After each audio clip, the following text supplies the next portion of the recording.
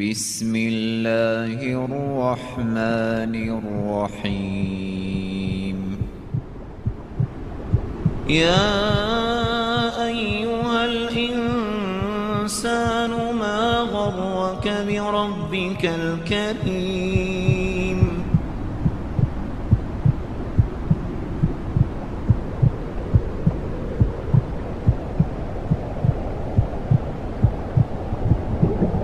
الذي خلقك فسواك فعدلك